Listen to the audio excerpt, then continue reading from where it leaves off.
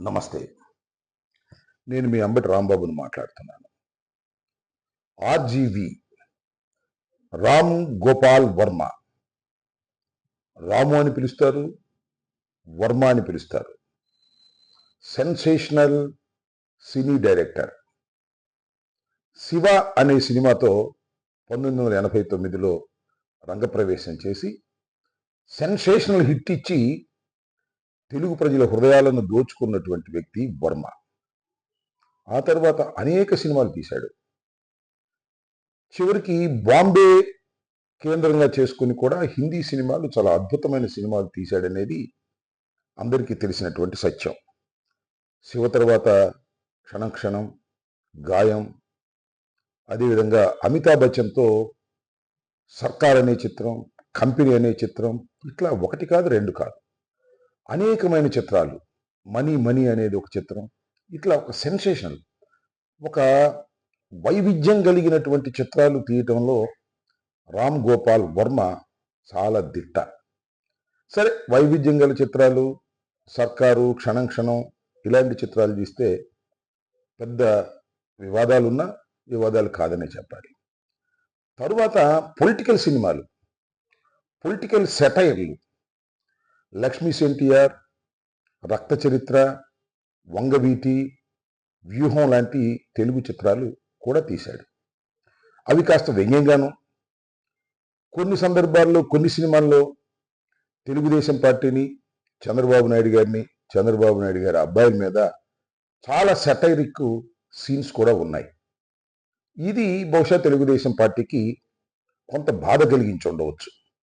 చంద్రబాబు నాయుడు గారి కన్నా లోకేష్ గారికి మరింత పెయిన్ఫుల్గా అనిపించవచ్చు. ఇదేమి తెలుగు చలనచిత్రాల్లో కొత్త కాదు. ఒకసారి వెనక్కి వెళ్తే ఎన్టీ రామారావు గారు ముఖ్యమంత్రిగా ఉన్నప్పుడు అనేకమైన చిత్రాలు ఎన్టీ రామారావు గారి మీద సెటైరిక్గా వచ్చాయి. 'నా పిలిపే ప్రభంజనం', 'కలియుగ విశ్వామిత్రుడు', 'ఈనాడు', 'మండలాధీశుడు' అనే ఒక చిత్రం చాలా అద్భుతమైన విజయాన్ని సాధించింది. దానిలో ఏంటంటే ఖచ్చితంగా ఎన్టీ రామారావు గారి లాగానే వేషధారణ, కోటా గారితో ఎన్టీ రామారావు గారి లాగానే డైలాగులు చెప్పించారు. చాలా హిట్ అయింది. దీని వెనకాల ఆ రోజుల్లో సినిమా రంగంలో కృష్ణ గారు వెనుకుండి అంతా నడిపించాడు అనేటువంటిది ఒక ప్రచారం జరుగుతూ ఉండేది.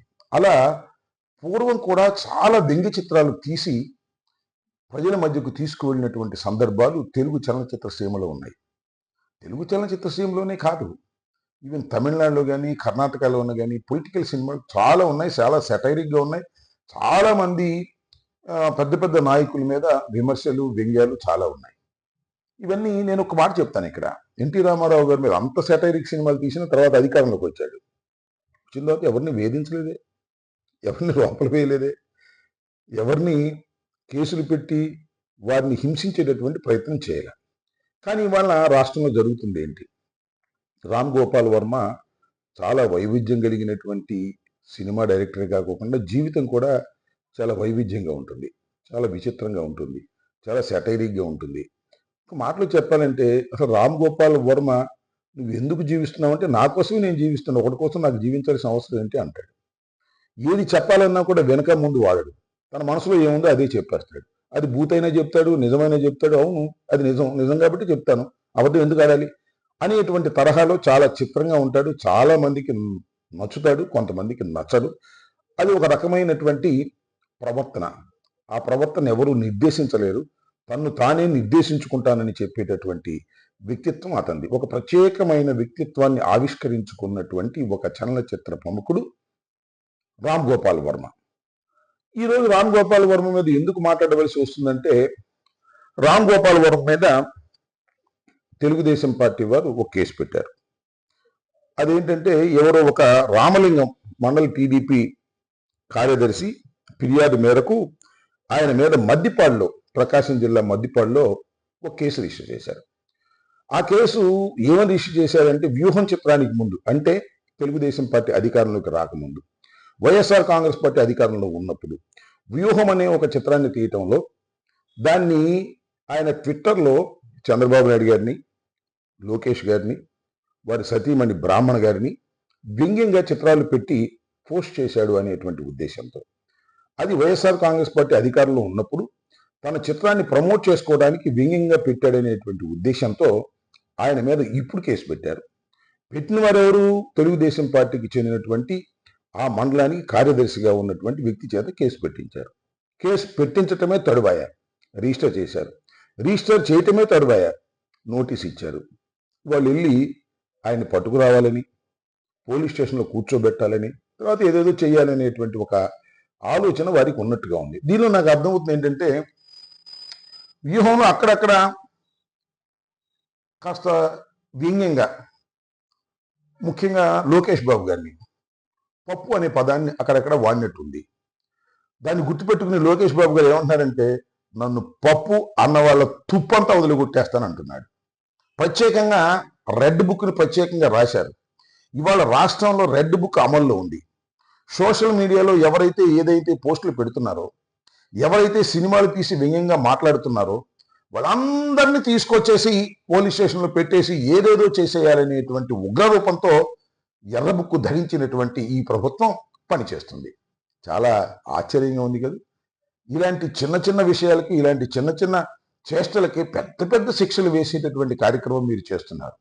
న్యాయస్థానాల్లో అయితే పర్వాలేదు, కానీ న్యాయస్థానాలకు వెళ్లే ముందే వీరిని చిత్తుగా పిండేయాలి, కొట్టేయాలి అనేటువంటి కార్యక్రమంలో ఇవాళ ఉన్నారు. పాపం పోసాని కృష్ణమురళి గారు, ఆయన మీద కూడా కేసు పెట్టాడు.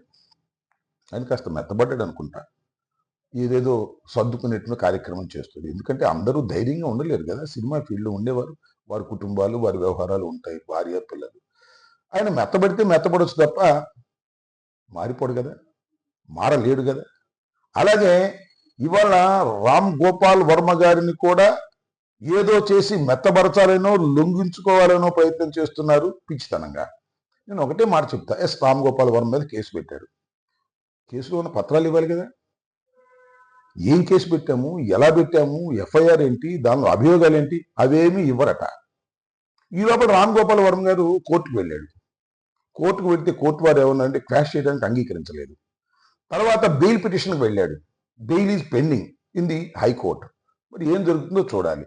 ఈ లోపల మద్దిపాడు నుంచి హుటాహుటిన పోలీసులు బయలుదేరి వెళ్ళిపోయారు. ఒక పెద్ద టీం వెళ్ళిపోయింది. రామ్ గోపాల్ వర్మ గారిని పట్టుకోవాలి, రామ్ గోపాల్ వర్మ గారిని డెన్ నుంచి లాక్కు రావాలి.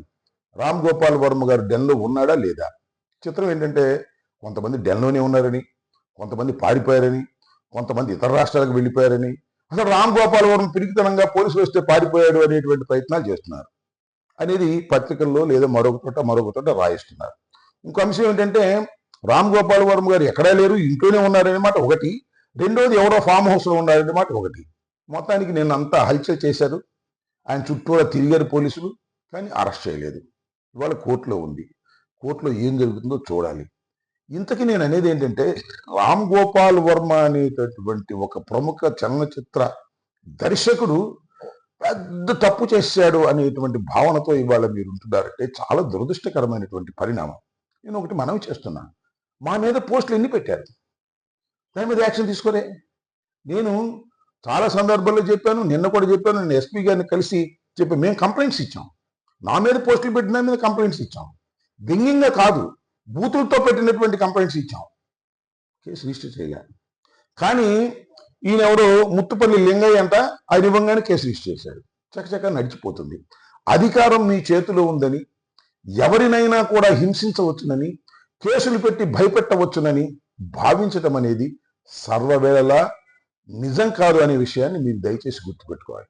నిజంగా చంద్రబాబు నాయుడు గారి మీద కూడా అప్పుడు లక్ష్మీ ఎన్టీఆర్ అనే సినిమా తీశారు, దాన్నేమో రిలీజ్ కాకుండా ఏదో చేసిస్తున్నారు ఆంధ్రప్రదేశ్లో. నిజంగా చంద్రబాబు నాయుడు గారు అయితే ఇంత కక్ష కార్పణ్యాలతో ఉన్నటువంటి చరిత్ర ఆయనకి ఎప్పుడూ లేదు. కానీ వాళ్ళ కక్ష కార్పణ్యాలతో పనిచేస్తున్నారు. చంద్రబాబు నాయుడు గారు పనిచేస్తున్నారు అంటాం కంటే, లోకేష్ బాబు గారు అలా చేయకపోతే చంద్రబాబు నాయుడు గారికి ఒప్పుకునే పరిస్థితి లేదు. కొడుకును సంతోషపెట్టడం కోసం రెడ్ బుక్ను అమలు చేస్తున్నారు. చరిత్రలో రెడ్ బుక్ అనేది మీకు శాపంగా మారుతుంది. అనేక సార్లు చెప్పాను, నోట్ ఇట్.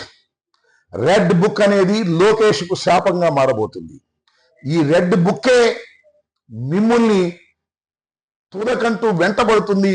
అధికారం ఉందని ఆనందపడకండి. అధికారం శాశ్వతం కాదు. జగన్మోహన్ రెడ్డి గారు మళ్ళీ తిరిగి అధికారంలోకి రాడని, లేదు ఈ తానే శాశ్వతంగా ఉండిపోతానని మీరు భ్రమిస్తే అది తప్పని నేను చెప్తున్నాను. ఈ సందర్భంగా మనవి చేస్తున్నాను. ఆర్జీవి మీద దాడి చేయాలనేటువంటి ప్రయత్నం, చట్టంలో ఇరికించి ఏదో ఒక విధంగా అన్యాయంగా అతన్ని ఇబ్బంది పెట్టాలనేటువంటి కార్యక్రమం తప్పవుతుంది. కొన్ని విషయాలు, సినిమాల్లో ఉన్న విషయాలు వదిలేయాలి. వదిలేయకోకుండా అక్కడ దాకా ఎందుకు? నా మీద సినిమాలో పెట్టలేదా బ్రోలో? నన్ను తిట్టలేదా ఇండైరెక్ట్గా? ఏం చేసాం? కేసు పెట్టామా? ఆ రోజు అధికారంలో లేమో మేము? కేసు కాదు, దాన్ని మళ్ళా పత్రికాముఖంగా ఎదుర్కొన్నాం, దాని మీద మాట్లాడాం, పబ్లిక్ డొమైన్లో ఏదో జరుగుతుందో తప్ప ఇలా కక్షగట్టి తీసుకొచ్చి పోలీస్ స్టేషన్లో కూర్చోబెట్టి హింసించాలనేటువంటి ఒక నీచమైన ప్రవర్తనకు దిగజారిపోతున్నటువంటి ఈ ప్రభుత్వం, మరి ముఖ్యంగా లోకేష్ గారు కాస్త గుర్తుపెట్టుకోండి, ఇది మంచి పద్ధతి కాదు. ఇవాళ ఆర్జీవి డెన్లో లాఠీ పెట్టారు. రాబోయే కాలంలో ఏం జరుగుతుందో కాలమే నిర్ణయిస్తుంది, గుర్తుపెట్టుకోండి. ఈ గుర్తుపెట్టుకోకపోతే మీరు నష్టపోతారని మీకు చెప్పదలుచుకున్నాను. చెప్పినా కూడా వింటారని నమ్మకం లేదు, కానీ మీ పోకడ మీరే పోనని మాకేం అభ్యంతరం లేదు. దీన్ని మీరు రాబోయే కాలంలో దీనికి మూల్యం చెల్లిస్తారని ఈ సందర్భంగా తెలియజేస్తున్నాను. ధన్యవాదాలు.